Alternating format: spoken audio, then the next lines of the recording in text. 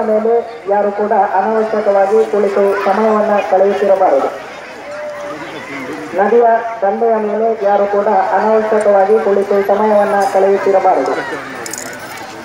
ಯಾರೇ ವ್ಯಕ್ತಿಗಳು ತಿರುಗಾಡುತ್ತಿರುವುದು ಅಥವಾ ಅಲ್ಲಲ್ಲಿ ಕುಳಿತು ಸಮಯವನ್ನು ಕಳೆಯುತ್ತಿ ವಿಚಾರಿಸಿ ಸೂಕ್ತವಾದ ಕಾನೂನು ಕುಳಿತು ಸಮಯವನ್ನು ಕಳೆಯುತ್ತಿರಬಾರದು.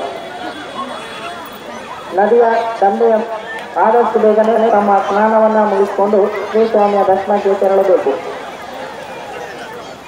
ದೇವಸ್ಥಾನದಲ್ಲಿ ಬೆಳಗ್ಗಿನ ಪೂಜೆಯು 6:30 ಗಂಟೆಯಿಂದಲೇ ಪ್ರಾರಂಭವಾಗುತ್ತದೆ. ದೇವಸ್ಥಾನದಲ್ಲಿ ಬೆಳಗ್ಗಿನ ಪೂಜೆಯು 6:30 ಗಂಟೆಯಿಂದಲೇ ಪ್ರಾರಂಭವಾಗುತ್ತದೆ.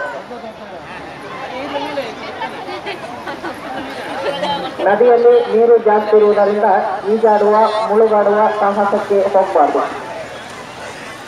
ನದಿಯಲ್ಲಿ ನೀರು ಜಾಸ್ತಿ ಇರುವುದರಿಂದ ಈಜಾಡುವ ಮುಳುಗಾಡುವ ಸಾಹಸಕ್ಕೆ ಯಾರು ಹೋಗಬಾರದು.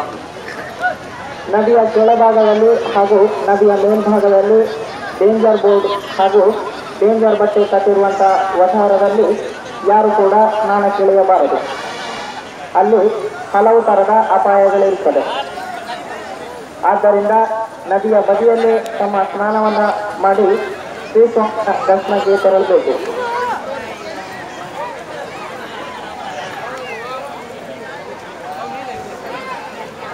ಯಾತ್ರಿಕರ ಸೌಕರ್ಯಕ್ಕೋಸ್ಕರ ನದಿಯ ದಂಡೆಯಲ್ಲಿ ಶೌಚಾಲಯವನ್ನು ನಿರ್ಮಿಸಲಾಗಿದೆ. ಅದನ್ನು ಉಪಯೋಗಿಸಿಕೊಳ್ಳಬಹುದು.